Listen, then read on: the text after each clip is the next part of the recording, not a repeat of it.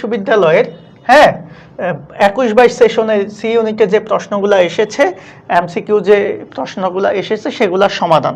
তো শুরুতে আমরা যেখানে যাব সেটা হচ্ছে প্রথম যে প্রশ্নটা, এই প্রশ্নটা হচ্ছে আমাদের একটা সমন্বয় দাখিলার একটা প্রশ্ন, প্রথম পত্রের সপ্তম অধ্যায় অর্থাৎ কার্যপত্র থেকে আসা একটা প্রশ্ন। তো এই প্রশ্নটা কি ছিল? প্রশ্নটা ছিল হচ্ছে অনুপার্জিত আয় সমন্বয় নির্দেশ করে। কি নির্দেশ করে? তাহলে প্রশ্নটা ছিল হচ্ছে অনুপার্জিত আয় সমন্বয় করলে কি নির্দেশ করে। তাহলে এটার ব্যাখ্যা যদি আমরা দেখতে যাই, আমরা সবাই জানি স্বাভাবিকভাবে সমন্বয় দাখিলাকে আমরা দুই ভাগে ভাগ করে থাকি। গত ক্লাসে আমি আলোচনা করেছি, একটা হচ্ছে অগ্রিম আর একটা হচ্ছে বকেয়া। তো সমন্বয় দাখিলাকে যদি আমি দুইটা সেক্টরে ভাগ করে দেখাই, খেয়াল করবা সমন্বয় দাখিলাকে, জাস্ট এতটুকু মাথায় রাখবা, এই সমন্বয় দাখিলা দুইটা সেক্টরের মধ্যে একটা হচ্ছে বকেয়া, যেটা নিয়ে আমাদের কোনো মাথা ব্যথা থাকে না, আরেকটা হচ্ছে অগ্রিম, যেখানে আমরা আয় এবং ব্যয়ের ক্ষেত্রে দুই রকমের কাজ করে থাকি। তাহলে এই অগ্রিম সংক্রান্ত সমন্বয় দাখিলাই হচ্ছে অনুপার্জিত সমন্বয় দাখিলার একটা অংশ। তাহলে অগ্রিমের ক্ষেত্রে আমাদের দুইটা জিনিস থাকতে পারে, আয় থাকতে পারে, আবার অগ্রিম ব্যয় থাকতে পারে।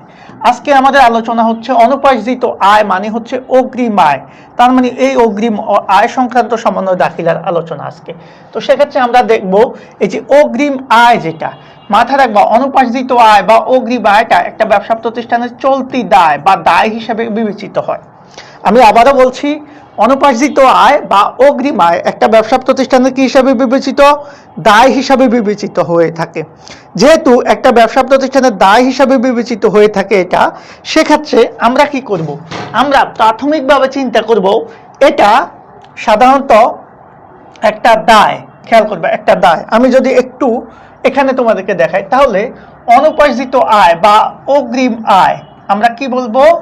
অনুপার্জিত আয় বা অনার্জিত আয় অথবা অগ্রিম আয়টাকে আমরা দায় বলবো। তাহলে এটাকে প্রাথমিকভাবে আমরা দায় হিসাবে লিপিবদ্ধ করব। খেয়াল করো, এখন সাপোজ তুমি কারো কাছ থেকে কি করেছো, ভবিষ্যতে তুমি তাকে সেবা দিবা, সেই উপলক্ষে পূর্বেই কিছু টাকা পেয়েছো, যেটাকে আমরা অগ্রিম আয় বলি। সাপোজ আমি ধরো তোমাদেরকে পড়াচ্ছি, এখন আমি যদি বলি আমার কোর্সে তোমরা ভর্তি হও, তাহলে তোমাদের কি করতে হবে? শুরুতে কোর্সে ভর্তি হওয়ার জন্য শুরুতে ক্লাস করার পূর্বেই আগে কি করতে হবে? আমাকে কোর্স ফি দিতে হবে। তাহলে আমাকে সাপোজ তুমি 2000 টাকা কোর্স ফি দিলা, এই যে 2000 টাকা কোর্স ফি আমি তোমার কাছ থেকে নিলাম, এই 2000 টাকা যে আমি তোমার কাছ থেকে নিলাম, খেয়াল করবা একটু, এই টাকাটার সেবা কি আমি এখনো তোমাদেরকে দিয়েছি? দেই নেই। মানে সেবা দেওয়ার পূর্বেই আমি টাকাটা নিয়ে নিয়েছি, যার জন্য আমি তোমাদের কাছে দায়বদ্ধ থাকবো। অর্থাৎ অনুপার্জিত আয় বা অগ্রিম আয়টা একটা ব্যবসা প্রতিষ্ঠানের জন্য দায়। এটা হচ্ছে এমন একটা আয়, তুমি কাজ না করেই টাকা নিয়ে নিয়েছো। ওকে, ক্লিয়ার সবাই? তাহলে এখন যেটা করব, এই যে 2000 টাকা আমি নিয়ে নিয়েছি, তাহলে প্রাথমিকভাবে আমার সাধারণ জাবেদা কি হবে? আমার সাধারণ জাবেদা হবে, আমি যখন টাকা নিয়ে নিয়েছি তখন আমার সাধারণ জাবেদা হবে নগদান হিসাব ডেবিট। একটু খেয়াল করবা, নগদান হিসাব ডেবিট। হ্যাঁ, আর এই যে অগ্রিম আয়টা আমার দায়কে বৃদ্ধি করলো, সেজন্য অগ্রিম আয় বা অনুপার্জিত আয় অথবা যেই মারফত যে আয়টা নিয়েছি সেই আয় হিসাব ক্রেডিট। এটা হচ্ছে আমাদের জেনারেল জাবেদা বা স্বাভাবিক জাবেদা বা সাধারণ জাবেদা। এখন খেয়াল করো, এই জাবেদা আমি করলাম। এখন খেয়াল করো, আমি এটাকে দায় কখন ধরলাম? যখনই আমি টাকাটা নিয়েছি। সাপোজ আমি জানুয়ারি মাসের 1 তারিখে টাকাটা নিয়েছি। এখন মনে করো আমি তোমাকে 1 মাস পড়াবো 2000 টাকার জন্য। তাহলে 1 মাস পড়ানোর জন্য আমি জানুয়ারি মাসের 1 তারিখে টাকাটা নিয়েছি, ভালো কথা।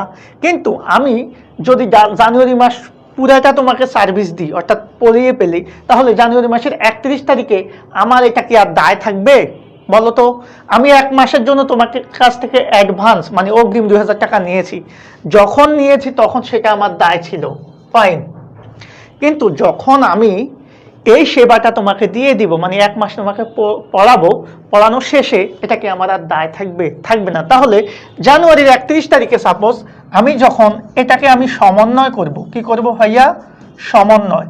এই সমন্বয় করার জন্য আমাকে যখন জাবেদা দিতে হবে, তখন সেটাই হচ্ছে সমন্বয় দাখিলা। তাহলে এই অগ্রিম আয়ের যখন জাবেদা দিব, তখন একদিকে আমার এই দায়টা বাড়ার কারণে ক্রেডিট হয়েছে শুরুতে, যখন মাস শেষ হয়ে যাবে তখন আমার দায়টা কমে যাবে, আর দায় কমে গেলে সেটা ডেবিট হয়ে যায়। সেজন্য সমন্বয় করা হলে এই অগ্রিম আয় অথবা অনুপার্জিত আয়টা কি হয়ে যায়, ডেবিট হয়ে যায়।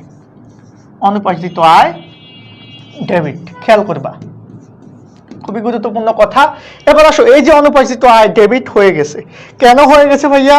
কারণ মাস শেষে এই টাকাটা এখন আমার আয় হয়ে গেছে, দায় কমে গিয়েছে, আয়টা বেড়ে গিয়েছে, এজন্য আমার আয় সংশ্লিষ্ট আয়টা কি হয়ে যাবে, ক্রেডিট হয়ে যাবে। এতে করে কি হচ্ছে, এই সমন্বয় দাখিলার ফলে কি হচ্ছে দেখো, এই সমন্বয় দাখিলার ফলে একদিকে আমার অনুপার্জিত আয় নামক দায়টা কমতেছে, দায় হ্রাস পাচ্ছে, অন্যদিকে আমার এই আয়টা কি হচ্ছে, বেড়ে যাচ্ছে। তার মানে তোমরা দেখতেই পাচ্ছ এই অনুপার্জিত আয় সমন্বয় করলে যাবেটা কি হবে, দায় হ্রাস এবং আয় বৃদ্ধি। কোথায় আছে, 1 নাম্বার সমন্বয়, 1 নাম্বার অপশনে আছে। তাহলে সঠিক উত্তর হবে আমাদের এটা।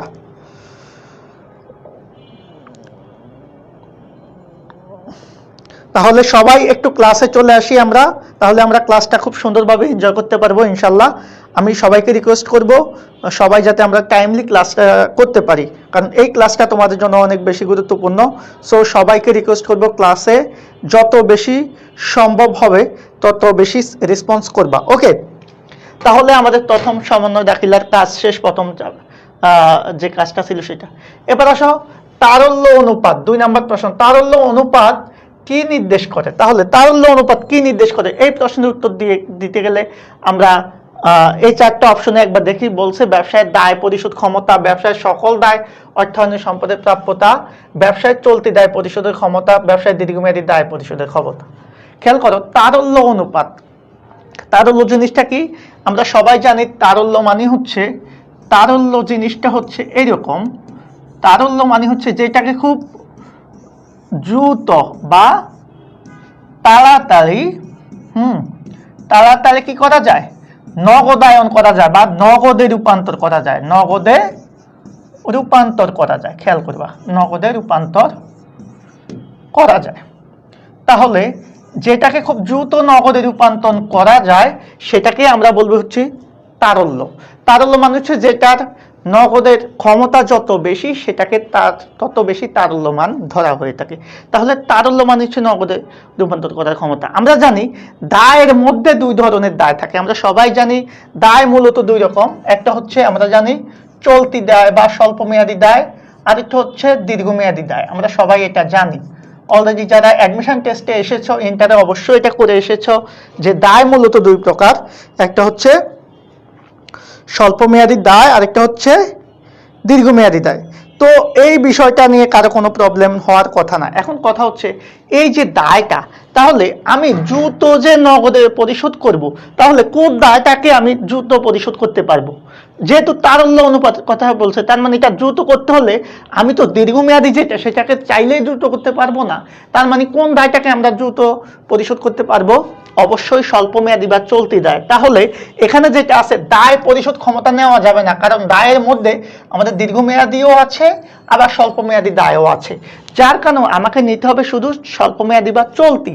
সেক্ষেত্রে এখানে সঠিক উত্তর হচ্ছে আমাদের সি, যে ব্যবসায় চলতি দায় পরিশোধ ক্ষমতা। কারণ দীর্ঘমেয়াদী দায় বা সকল দায় অথবা শুধু দায় বা মোট দায় বললে সেটাগুলোকে আমরা নিতে পারবো না। তাহলে সঠিক উত্তর হবে ব্যবসায় চলতি দায় পরিশোধ ক্ষমতা।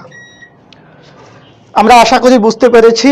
আমি সবাইকে একটু রিকোয়েস্ট করব, সবাই সবার জায়গা থেকে লাইভটাকে শেয়ার করে দাও, বন্ধু বান্ধবকে একটু মেনশন করে দাও।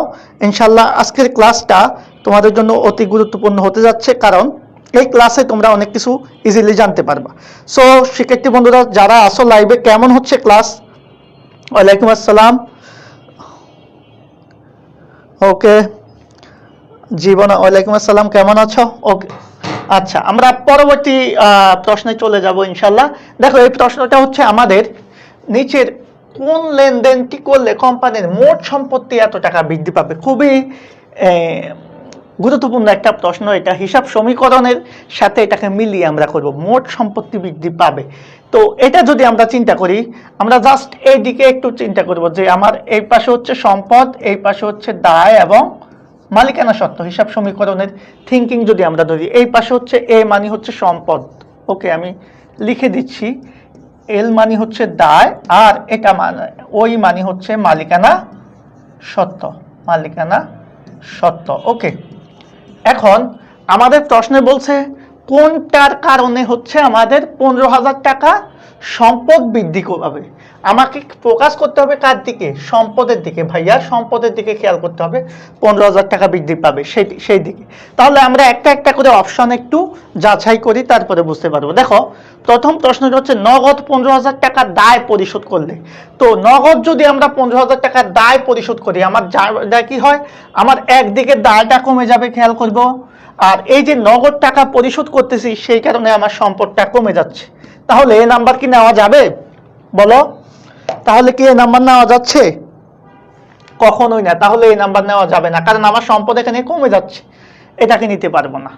এবার আসো দ্বিতীয় অপশন, যেটা নগদ 15,000 টাকার একটা গাড়ি ক্রয় করা হলে। এখন দ্বিতীয় অপশনটা আমরা একটু বিশ্লেষণ করি। নগদে যদি একটা গাড়ি কিনো, তুমি যদি নগদ একটা গাড়ি কিনো, তোমার প্রতিষ্ঠানে কি আসবে? একটা গাড়ি আসবে। তাহলে গাড়িটা হচ্ছে তোমার সম্পদ। তাহলে এটা কি হচ্ছে? এই সম্পদের কারণে তোমার একবার গাড়িটা সম্পদটা বাড়তেছে। ওকে, ফাইন, এটা কিন্তু বাড়াচ্ছে। কিন্তু দেখো, এই যে নগদ টাকা দিয়ে গাড়িটা কিনেছো, আবার নগদ টাকা নামক সম্পদ চলে যাচ্ছে, তার মানে আবার সম্পদটা কমে যাচ্ছে। তাহলে একবার বাড়তেছে, একবার কমতেছে। এটা ছিল অপশন 1। অপশন এতে একবার কি হচ্ছে? সম্পদও কমতেছে, দায়ও কমতেছে। আর অপশন 2 যেটা, সেখানে একবার সম্পদ বাড়তেছে, সাথে সাথে আবার সম্পদ কমতেছে, মানে ফলাফল 0ই হচ্ছে। তার মানে এটাকেও আমরা চাইলে নিতে পারবো না, এটা সম্পদকে বাড়াবে না। এবার আসো ঘ নাম্বার যে প্রশ্নটা আছে সেটা একটু দেখি। ঘ নাম্বার কি বলছে? দেনাদারের কাছ থেকে 15,000 টাকা আদায়। ভাইয়া, তুমি দেনাদারকে, যার কাছে তুমি টাকা পাবা, এখন তার কাছ থেকে যদি তুমি টাকাটা আদায় করো, একদিকে তোমার নগদ টাকা আসবে। এটা হচ্ছে 4 নাম্বার অপশনটা আমি যাচাই করতেছি, সম্পদ বাড়লো। ওকে, কিন্তু যে দেনাদার নামক তোমার সম্পদ ছিল, ওই দেনাদার তো কমে যাবে। তুমি যার কাছ থেকে তার কাছ থেকে নিয়েছো, একদিকে তোমার নগদ টাকা এসেছে, ওকে ফাইন, বাট অন্যদিকে কিন্তু তোমার দেনাদার নামক ওই সম্পদটা কমে যাচ্ছে। তার মানে এটাতেও কি হচ্ছে? একবার সম্পদ বাড়তেছে, একবার কমতেছে, মানে নো চেঞ্জ।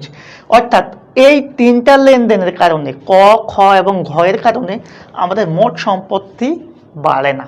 তাহলে অ্যাবসলিউটলি বোঝা যাচ্ছে যে আমাদের মোট সম্পদ বাড়বে হচ্ছে এটার কারণে। এখন আসো গ নাম্বারটা আমরা বা 3 নাম্বারটা আমরা একটু বিশ্লেষণ করি, আসলে কি বাড়বে কিনা। ধারে 15,000 টাকার আসবাবপত্র ক্রয় করছো, তাহলে ধারে যদি আসবাবপত্র ক্রয় করো, একদিকে আসবাবপত্র নামক সম্পদ আসবে, তাহলে সম্পদ বাড়লো। অন্যদিকে তোমার আসবাবপত্র যেহেতু বাকিতে কিনেছো, নগদে কিনো নাই, তার মানে তোমার নগদ টাকা যাবে না। বাকিতে কেনার কারণে যার কাছ থেকে কিনেছো সে তোমার কাছে টাকা পাবে, মানে সে তোমার পাওনাদার বা প্রদেয় হিসাব নামে তোমার একটা দায় বাড়বে। তার মানে এই লেনদেনের কারণে সম্পদও বাড়তেছে, দায়ও বাড়তেছে। এখন দায় বাড়তেছে কিনা বা কমতেছে সেটার দিকে আমাদের ফোকাসিং করা লাগবে না। আমাদের টার্গেট হচ্ছে আমরা মোট সম্পদ 15,000 টাকা বৃদ্ধি পায় কিনা। দ্যাট মিনস এই লেনদেনের কারণে মোট সম্পদ 15,000 টাকা বৃদ্ধি পায়, সো দ্যাট আমরা সঠিক উত্তর ধরবো কোনটাকে? সরি, গটাকে। আমরা ক্লিয়ার? সবাই বুঝতে পেরেছো কিনা? সবাই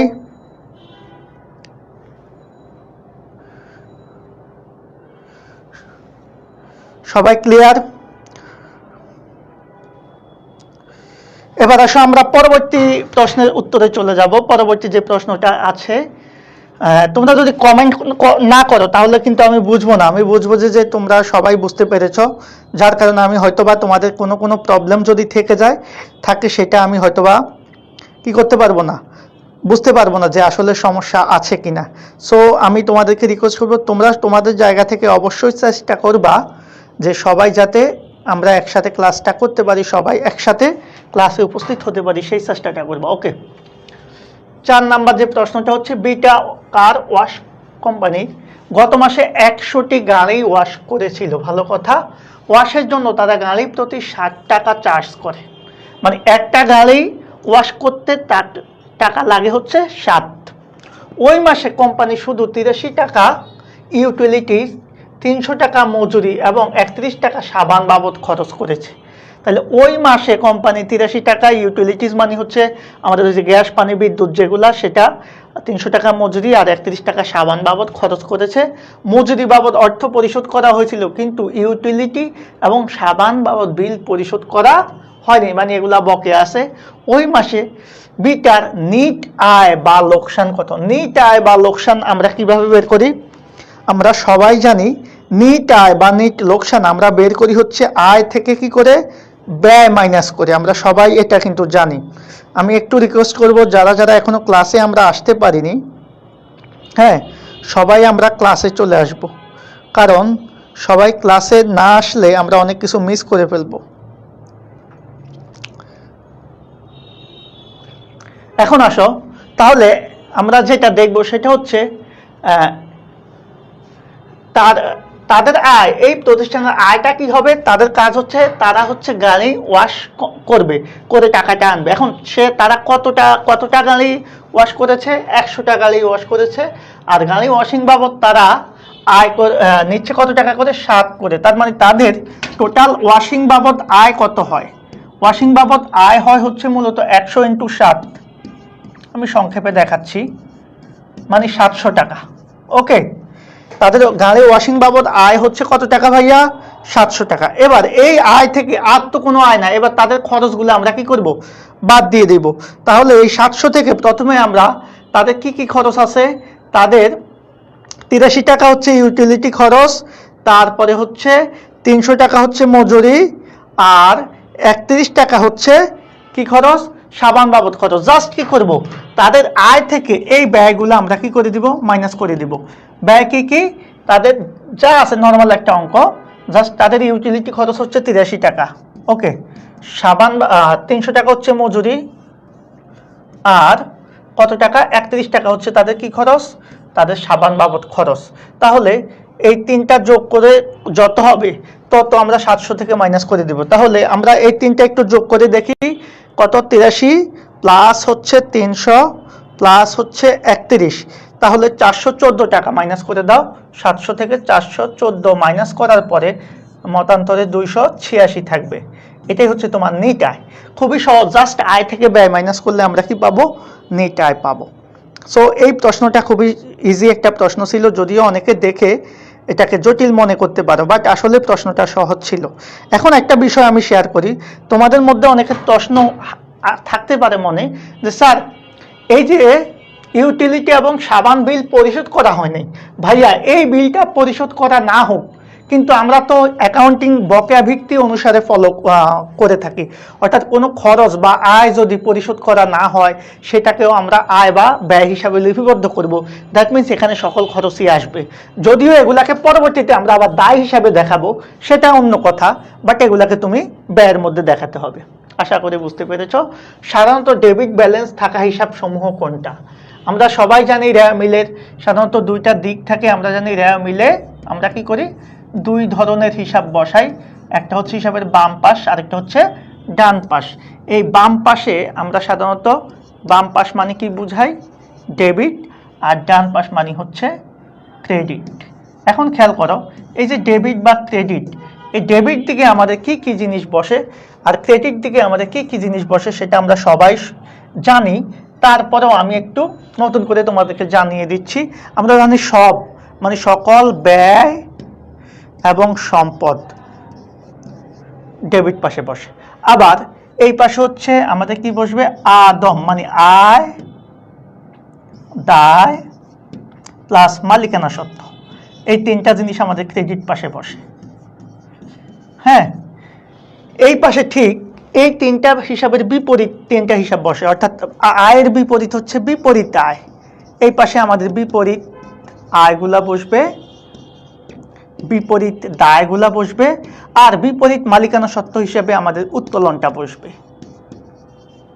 ওকে, আর এই পাশে বসবে বিপরীত ব্যয়, বিপরীত ব্যয় এবং বিপরীত সম্পদ। এই হচ্ছে আমাদের, এই জিনিসটা মাথায় রাখলে আমাদের টোটাল সব ক্লিয়ার হয়ে যাবে। খেয়াল করো সবাই, আমরা যদি একটা নর্মাল চিন্তা করি, নর্মাল চিন্তা যে আমাদের সাধারণত যে হিসাবগুলা ডেবিটে বসবে ঠিক তার অপোজিট হিসাবগুলা তার অপোজিট মানে ক্রেডিটে বসবে। তার মানে তুমি যদি জাস্ট এটা মাথায় রাখো, সব ডেবিট, সব ডেবিট মানে সতে সম্পদ, বতে ব্যয়। তাহলে সম্পদ আর ব্যয় যদি ডেবিট হয়, খেয়াল করবা আমাদের হিসাব 5 প্রকার, ব্যয় আর সম্পদ ডেবিট হয়ে গেল, তার মানে বাকি 3টা হয়ে যাবে ক্রেডিট। এখন খেয়াল করো, যে 3টা ক্রেডিট সেই 3টার বিপরীত হিসাবগুলা তার বিপরীতে মানে ডেবিট। আবার যে 2টা ডেবিট, হ্যাঁ মনে করো ব্যয় আর সম্পদ তো আমাদের ডেবিট হলো, এই ব্যয় আর সম্পদের বিপরীত হিসাব কি? বিপরীত ব্যয় এবং বিপরীত সম্পদ, এটা ক্রেডিট। আবার দেখো আয় দায় মালিকানা সত্ত্ব ক্রেডিট, কিন্তু এটার বিপরীত যে 3টা হিসাব আছে, বিপরীত আয় বিপরীত দায় এবং বিপরীত মালিকানা সত্ত্ব হিসেবে উত্তোলন, সেটা ডেবিট। তার মানে হিসাবে ডেবিট পাশে যে 5টা হিসাব বসবে, ক্রেডিট পাশেও 5 ধরনের হিসাব বসবে, এর বাইরে অন্য কোনো হিসাব এখানে বসবে না। আশা করি তোমরা বিষয়টা ক্লিয়ার। এখন তোমরা নিজেরাই অ্যান্সার করো, সাধারণত ডেবিট ব্যালেন্স থাকা হিসাব কোনগুলা? এই ডেবিটের দিকে তাকাও, ক্রেডিটের দিকে এখন আর তাকানোর দরকার নাই, ডেবিটের দিকে তাকাও, সবাই মিলে একটু চেষ্টা করো। দেখো খুবই সহজ একটা বিষয়, আমাদের ডেবিটে বসবে কি? ব্যয়, সরি পরবর্তী প্রশ্ন, আমাদের ডেবিট দিকে বসবে কি? ব্যয়, সম্পদ, বিপরীত আয় বিপরীত দায় বিপরীত মালিকানা সত্ত্ব বা উত্তোলন। তাহলে আমরা একটু দেখি, সম্পদ ব্যয় ডেবিটে বসে, কিন্তু আয় তো ক্রেডিট, সো এটা নেওয়া যাবে না। ব্যয় সম্পদ ডেবিটে বসে, দায় ক্রেডিট, সো এটাও নেওয়া যাবে না। সম্পদ ডেবিট, ব্যয় ডেবিট, মালিকানা সত্ত্ব ক্রেডিট, সো এটাও নেওয়া যাবে না। সম্পদ ডেবিট, উত্তোলন ডেবিট, ব্যয় ডেবিট, তার মানে সঠিক উত্তর হবে আমাদের ডি। সবাই ক্লিয়ার কিনা বলো তো? প্রশ্নগুলো আমি যেভাবে ধরে ধরে সলভ করাচ্ছি, আশা করি তোমাদের অনেক বেশি উপকার হবে যদি ক্লাসটা ভালোভাবে করতে পারো শুরু থেকে শেষ পর্যন্ত। ওকে, আমাদের পরবর্তী যে প্রশ্নটা সেটা নিয়ে আমরা একটু কথা বলবো। ওকে, খুবই গুরুত্বপূর্ণ একটা প্রশ্ন এটা। সাধারণত আমাদের এই প্রশ্নটা আমাদের ক্রয় মূল্য বিক্রয় মূল্য নির্ধারণের, আমাদের যে মুনাফার হার সংক্রান্ত একটা বিষয় থেকে এসেছে। এটার সাথে সাথে আমাদের উৎপাদন ব্যয় বিবরণের একটা মিল আছে, অর্থাৎ এটার সাথে আমাদের খুবই গুরুত্বপূর্ণ একটা অঙ্ক। এটা নিয়ে অনেকের প্রবলেম হয়। আজকে ইনশাল্লাহ আজকের ক্লাসে আমি এমনভাবে করাবো আর কখনোই এই প্রশ্ন নিয়ে তোমাদের কোনো কথা থাকবে না। আশা করি ইনশাল্লাহ ক্লাসটা করলে অনেক কিছুই আজকে ক্লিয়ার হয়ে যাবে, যেটা এর আগে কখনো ক্লিয়ার হও নাই। তো আমরা যদি শুরুতে একটু চিন্তা করি, খেয়াল করো, আমরা মাথায় রাখবো লাভের হার বলা হচ্ছে 20%। আমি প্রশ্নটা যদি শুরু থেকে দেখাই, যে প্রারম্ভিক মজুদ মাল হচ্ছে 7500, ক্রয় হচ্ছে এত, আর বলছে সমাপনী মজুদ মাল কত। এখন সমাপনী মজুদ মাল বের করতে গেলে প্রারম্ভিক মজুদ ক্রয়, এটার ক্ষেত্রে আমাদের একটা রুলস আছে। রুলসটা এইরকম, দেখো আমরা যখন জ্যামিল করি তখন সবসময় বলি যে প্রারম্ভিক মজুদের সাথে যদি আমরা ক্রয়কৃত পণ্যের ব্যয় বা কৃত পণ্যের ব্যয় অথবা কোনো কিছু না থাকলে নিট ক্রয় বা ক্রয় যোগ করি, তখন আমরা যেটা পাই সেটাকে আমরা বলি হচ্ছে বিক্রয়যোগ্য পণ্যের ব্যয়। এখানে বানানটা একটু মিস্টেক হয়ে গেছে, সরি, আমি একটু লিখে দিচ্ছি। এটাকে আমরা বলবো হচ্ছে বিক্রয়যোগ্য পণ্যের ব্যয়। খেয়াল করবা, বিক্রয়যোগ্য পণ্যের ব্যয়।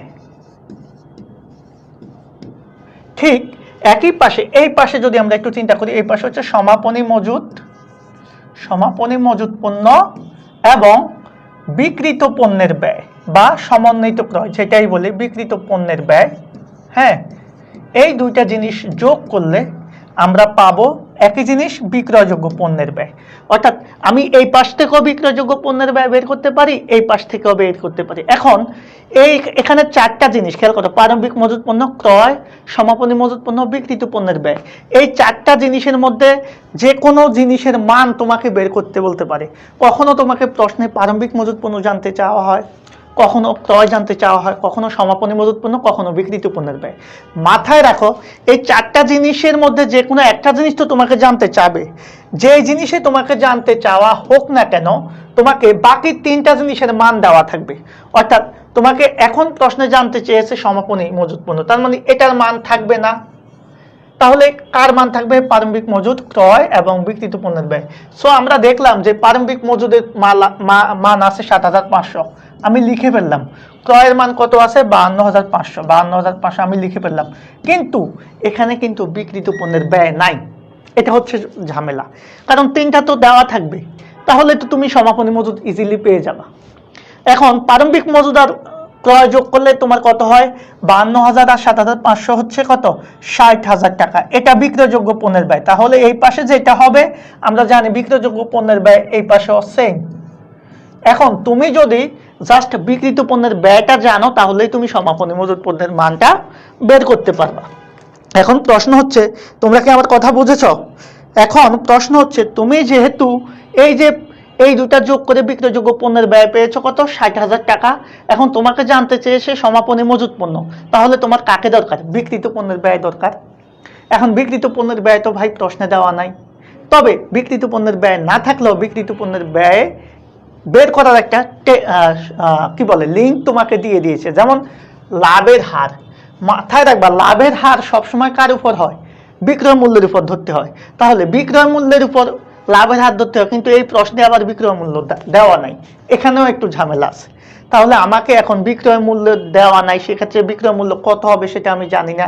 তো এটার জন্য মাথায় রাখবা, আমরা একটা জিনিস সবসময় মনে করি যে যদি বিক্রয় মূল্যের উপর লাভের হারে যদি থাকে, সেটাকে আমরা ক্রয় মূল্যের উপর, যদি বিক্রয় মূল্য প্রশ্নে দেওয়া না থাকে, দেখো এখানে লাভের হার মানে হচ্ছে বিক্রয় মূল্যের উপর লাভের হার, কিন্তু বিক্রয় মূল্য নাই, সেক্ষেত্রে আমরা এই লাভের হারটা তো আর বিক্রয়ের উপর ধরতে পারবো না। তাহলে কি করব? দুই ভাবে করা যায়, একটা হচ্ছে ঐকিক নিয়মে করতে পারো, আবার চাইলে তুমি এই লাভের হারটাকে রূপান্তর করে ক্রয় মূল্যের উপর নিয়ে যেতে পারো। তার মানে বিক্রয় মূল্যের উপর লাভের হার যেটা, সেটাকে এখন তুমি ক্রয় মূল্যের উপর নিয়ে যাবা। তাহলে সেটার টেকনিকটা কি? সেটার টেকনিক হচ্ছে, আমি জাস্ট এভাবে একটা আঁক দিয়ে দেখাই। এই জিনিসটা আমরা অনেকেই হয়তো বা জানি না। তো এটা হচ্ছে জাস্ট মনে রাখবা, এখানে যদি আমি হিসাব করি 1, খেয়াল করবা 2, 3, 4, 5, আচ্ছা 6 পর্যন্ত গেলাম, আমি আর বেশি গেলাম না, 6।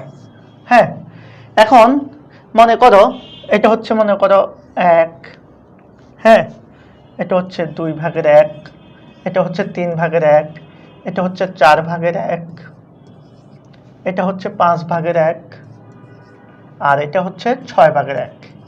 এভাবে যদি আমি চিন্তা করি, তাহলে আমি জাস্ট এটা মাথায় রাখবো, এটা হচ্ছে 100, এটা হচ্ছে 50 মানে অর্ধেক, এটা হচ্ছে কত 33.33, এটা হচ্ছে 4/1 মানে হচ্ছে 25, এটা হচ্ছে 20, আর এটা হচ্ছে 16.66 বা 67।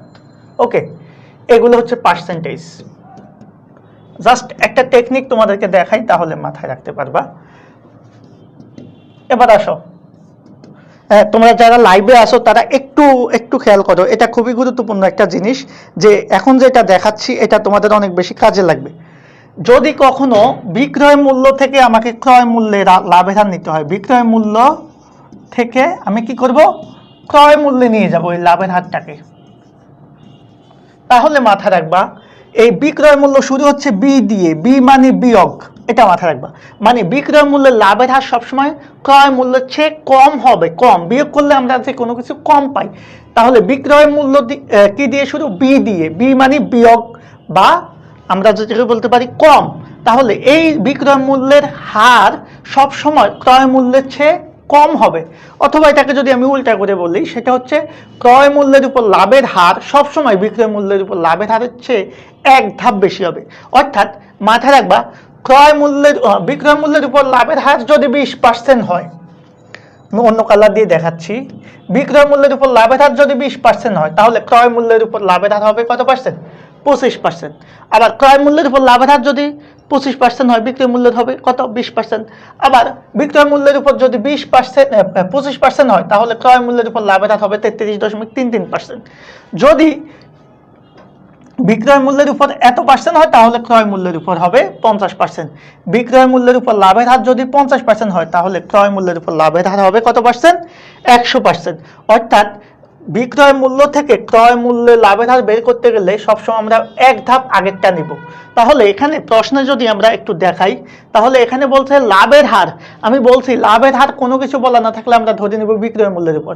তাহলে বিক্রয় মূল্যের উপর লাভের হার কত ভাইয়া? বিক্রয় মূল্যের উপর লাভের হার হচ্ছে কত পার্সেন্ট দেওয়া আছে? 20% দেওয়া আছে। তার মানে আমরা এখানে ক্রয় মূল্যের উপর লাভের হার কত পাবো? ক্রয় মূল্যের উপর লাভের হার পাবো কত পার্সেন্ট? অবশ্যই 25%। এখন যদি এমন থাকতো ক্রয় মূল্যের উপর থাকতো, তোমাকে বিক্রয় মূল্যের উপর নির্ধারণ করতে বলতো, তাহলে তুমি ঠিক উল্টাটা করতা। অর্থাৎ ক্রয় মূল্যের উপর লাভের হার আছে মনে করো 50%, তাহলে বিক্রয় মূল্যের উপর লাভের হারটা কমে যাবে। এরা আগের ধাপে যে কি আছে, তাহলে 50% আগের ধাপে হচ্ছে 33.33%। ক্লিয়ার? তোমরা ক্লিয়ার কিনা বলো তো? তাহলে এখান থেকে আমরা কি করব, আমরা এখন বিক্রয় মূল্যের উপর লাভের হার বের করব।